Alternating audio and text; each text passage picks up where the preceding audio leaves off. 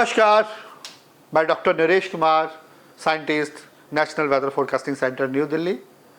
हम आज चर्चा करेंगे पिछले वीक के वेदर के बारे में और आने वाले एक वीक में क्या होने वाला है। तो अगर हम पिछले वीक की बात करें तो पिछली वीक में एक वेस्टर्न डिस्टर्बेंस था जिसने नॉर्थ वेस्ट इंडिया को इन्फ्लुएंस किया, जो मेनली 5 से 10 तक था। इसके अलावा एक सर्कुलेशन फॉर्म हो गया 6 को south east bay of Bengal और एडजॉइनिंग अंडमान निकोबार आइलैंड के पास। स्लोली जे आगे वेस्टवर्ड मूव करता रहा और आज एक साइक्लोनिक स्टॉर्म की फॉर्म में है जब, और इसके साथ ही जहाँ से एक ट्रफ था, जहाँ से लेके सर्कुलेशन से लेके और जे कोस्टल आंध्र प्रदेश तक, यही पिछले वीक के मेन फीचर थे। और अगर आप पिछले वीक की रेनफॉल एक्टिविटी बात करें तो ये मेनली साउथ पेनिनसुला इंडिया के ऊपर था और वेस्टर्न हिमालय रीजन के ज़्यादा था, और बाकी हिस्सों में भी काफ़ी भारत के हिस्सों में रेनफॉल एक्टिविटी थोड़ा लाइट टू मॉडरेट रेनफॉल होता रहा, और मेन कन्फाइंड था वो साउथ पेनिनसुला और north west India, specifically western Himalaya region के ऊपर। और अगर आप पिछले वीक की रेनफॉल की बात करें और India as a whole rainfall 27% above normal था, और south peninsula, central India, north west India बीजे नॉर्मल से काफ़ी ज़्यादा रेनफॉल थी। और ईस्ट और नॉर्थ ईस्ट इंडिया में जो रेनफॉल है वो औसत से 43% कम हुई है। और जो आप फिगर से भी देख सकते हैं, जो येलो कलर में बिलो नॉर्मल रेनफॉल है, रेड कलर में भी बिलो नॉर्मल लार्जली डेफिशिएंट जिसको हम बोलते हैं वो रेनफॉल है।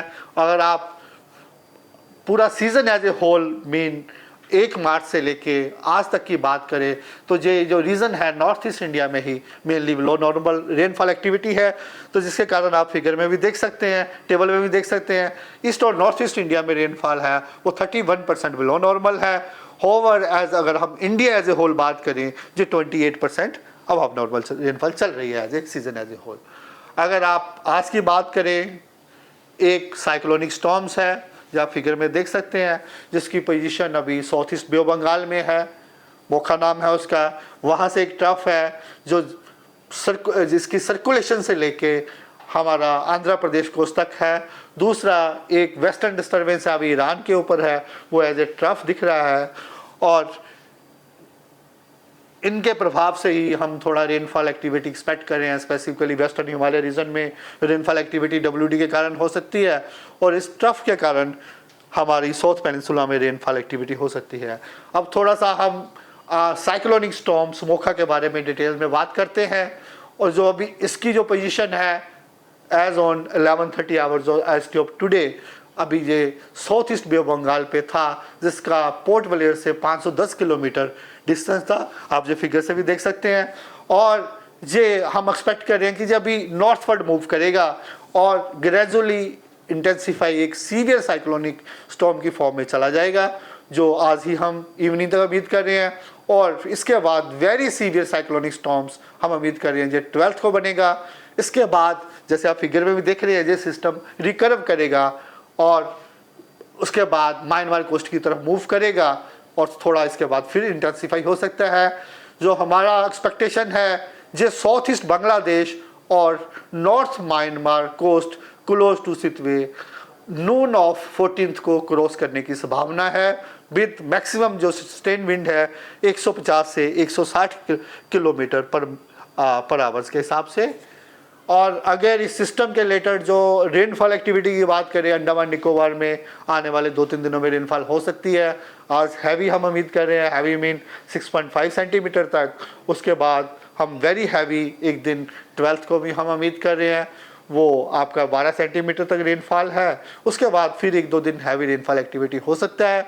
उसके अलावा इसके प्रभाव के कारण सिस्टम के त्रिपुरा और मिजोरम में भी rainfall most places mean 75% station से ज़्यादा रेनफॉल एक्टिविटी हो सकती है, और उसमें भी हैवी रेनफॉल हम उम्मीद कर रहे हैं 13th को, और heavy to very heavy mean 12 centimetre से ज़्यादा रेनफॉल हम 14th को उम्मीद कर रहे हैं।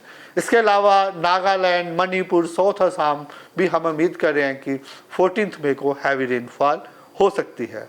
इसके लिए हमने सी में तो विंड वार्निंग, स्कोली वेदर सारा कुछ दिया हुआ है। इसके अलावा प्लेन्स की अगर बात करें, अंडमान निकोबार आइलैंड ने हमें स्केली विंड दिया हुआ है 50 से 60 किलोमीटर पर आवर्स ऑन 11th।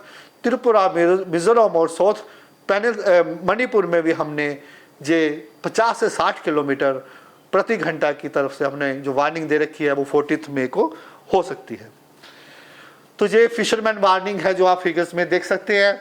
इसके लिए हमने जो फिशरमैन या शिप्स या बोट्स को हमने एडवाइस किया है कि उनको सी में नहीं जाना चाहिए, specifically south east bay of Bengal और ज्वाइनिंग अंडमान सी में टिल 11th आज तक, और central bay of Bengal, north Andaman sea 14 तक, और north east bay of Bengal during 12 to 14।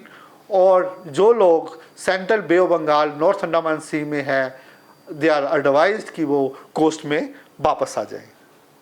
ये जो हमारा ब्रीफिंग था, जो सिस्टम के रिलेटेड था, साइक्लोनिक स्टॉर्म के रिलेटेड था।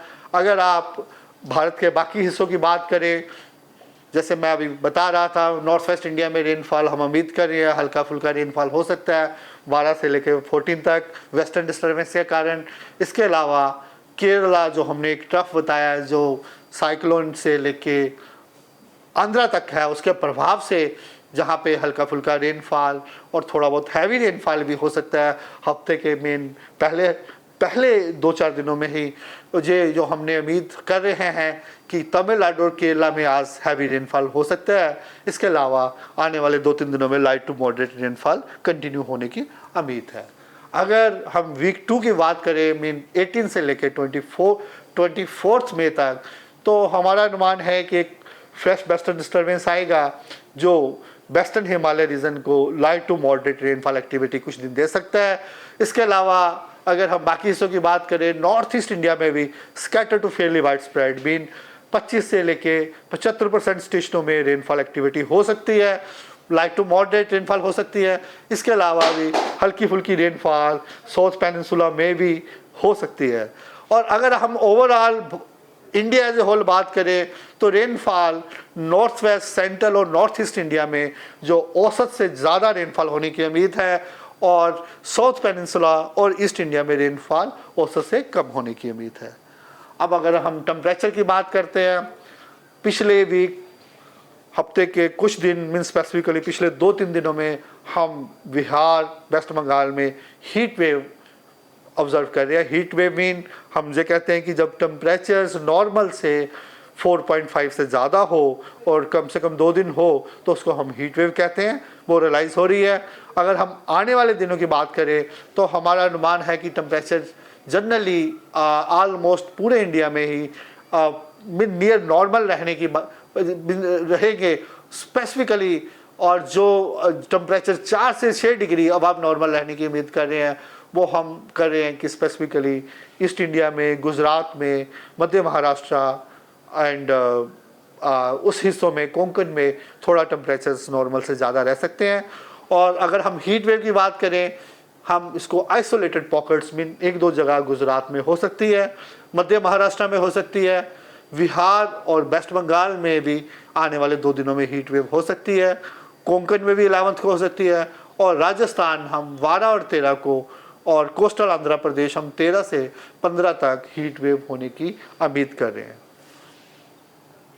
अगर हम वीक 2 मीन 18 से लेकर 24 की बात करें, जो हम सोच रहे हैं कि maximum temperature generally near normal or normal से थोड़ा कम रहने की उम्मीद है, और ज़्यादातर most of part of India और जनरली साउथ पेनिनसुलर इंडिया और ईस्ट इंडिया में टेम्परेचर्स नॉर्मल से ज़्यादा रह सकते हैं, और हम उम्मीद कर रहे हैं कि ईस्ट इंडिया में कुछ हिस्सों में हीट वेव हो सकती है आने वाले नेक्स्ट वीक में। और अगर साउथ पेनिनसुला की बात करें तो लोग थोड़ा डिस्कम्फर्ट फील कर सकते हैं क्योंकि मैक्सिमम टेम्परेचर्स वहाँ नॉर्मल से 2 से 3 डिग्री अब नॉर्मल रह सकता है, और उसके साथ जो ह्यूमिडिटी है वो भी 50% से ज़्यादा होने की उम्मीद है, जिसके कारण वहाँ के लोग थोड़ा डिस्कम्फर्ट हाई टेम्परेचर के कारण फील कर सकते हैं।